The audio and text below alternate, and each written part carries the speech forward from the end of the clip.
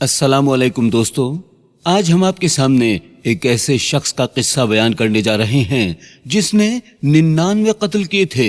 وہ چوری ڈکیتی اور قتل کرنے میں ماہر تھا۔ پھر دنیا میں ہی اس کے اوپر ایسا معاملہ پیش آیا جس کو دیکھ کر تمام لوگ حیران و پریشان ہو گئے۔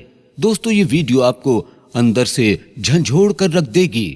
آپ سے گزارش ہے اسے آخر تک ضرور دیکھیں اور ویڈیو کو لائک کرنے کے ساتھ ساتھ چینل کو سبسکرائب ضرور کریں۔ چلیے دیکھتے ہیں یہ ویڈیو۔ حضرات، بنی اسرائیل میں ایک شخص تھا جو کہ چوری ڈکیتی اور قتل کرنے میں مشہور تھا۔ وہ ذرا سی باتوں پر لوگوں کا قتل کر دیا کرتا تھا۔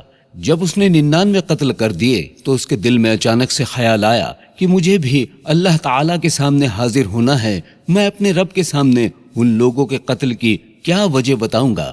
اسی فکر میں وہ بے چین رہنے لگا اور اس نے لوگوں سے پوچھنا شروع کر دیا کہ کیا میری بھی توبہ قبول ہو سکتی ہے؟ پھر اس کے دل میں خیال آیا کہ کیوں نہ کسی عالم کے پاس جا کر ان سے سارا واقعہ معلوم کروں اور ان سے پوچھ لوں کیا میری توبہ قبول ہو سکتی ہے۔ پھر اس نے ایک شخص سے جا کر معلوم کیا کہ میں نے 99 قتل کیے ہیں، کیا میری توبہ قبول ہو سکتی ہے؟ تو اس شخص نے کہا، تمہاری بھلا توبہ کیسے قبول ہو سکتی ہے؟ جو انسان 99 قتل کر چکا ہو اس کی توبہ کبھی قبول نہیں ہو سکتی، سوال ہی پیدا نہیں ہوتا۔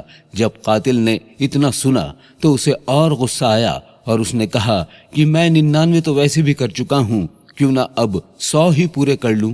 پھر اس نے اپنی تلوار نکالی اور اس انسان کا بھی قتل کر دیا۔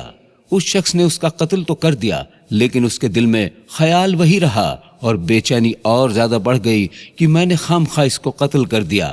اس کے دل میں آیا کہ کوئی نہ کوئی تو صورت ایسی ہوگی جس کے ذریعے سے میری مغفرت ہو سکتی ہو۔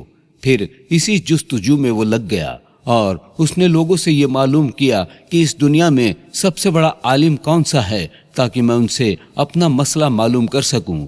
آخر کار اس قاتل کو کچھ لوگوں نے بتایا کہ فلاں جگہ ایک عالم رہتے ہیں جو کہ بہت بڑے عالم دین ہیں، تو تم ان کے پاس چلے جاؤ، وہ تمہیں ضرور بتائیں گے۔ پھر اس قاتل شخص نے ان عالم دین کو تلاشنا شروع کر دیا۔ چنانچہ اس شخص کو وہ عالم صاحب مل گئے۔ پھر اس قاتل شخص نے اپنی زندگی کا سارا قصہ عالم صاحب کو بتایا اور کہا کہ کیا میری بھی بخشش ہو سکتی ہے، کیونکہ میں اس وقت تک 100 لوگوں کا قتل کر چکا ہوں۔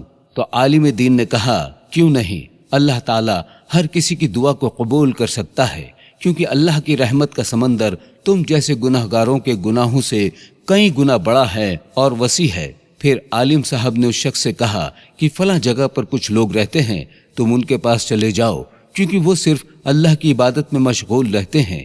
تم بھی ان کے ساتھ عبادت میں مشغول ہو جاؤ اور سچے دل سے اللہ تعالیٰ سے اپنے گناہوں کی معافی مانگو، انشاءاللہ تعالیٰ تمہاری بخشش ضرور ہوگی۔ حضرات، پھر وہ شخص بستی کی طرف چل دیا۔ ابھی وہ قاتل شخص آدھے راستے میں ہی پہنچا تھا کہ اس کی روح قبض کرنے کے لیے فرشتے آ گئے۔ اب اس کی روح لے جانے کا مسئلہ کھڑا ہو گیا اور رحمت کے فرشتے کہنے لگے کہ اس کی روح لے جانے کے ہم حقدار ہیں، اور عذاب کے فرشتے کہنے لگے کہ اس کی روح لے جانے کے ہم حقدار ہیں۔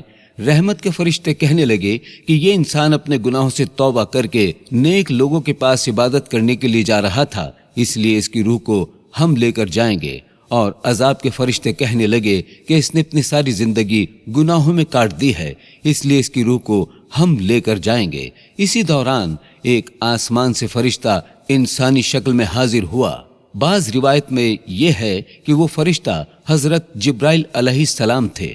حضرات، اس فرشتے نے آ کر ان فرشتوں کے درمیان یہ فیصلہ کیا کہ یہ شخص جہاں سے آ رہا تھا اور جہاں جا رہا تھا اس کی دوری کو ناپ لیا جائے، جس جگہ کی مسافت کم ہو یہ اس میں شمار کیا جائے گا۔ چنانچہ جب دونوں طرف کی زمین کو ناپا گیا تو یہ شخص نیک لوگوں کی بستی سے ایک بالشت قریب تھا۔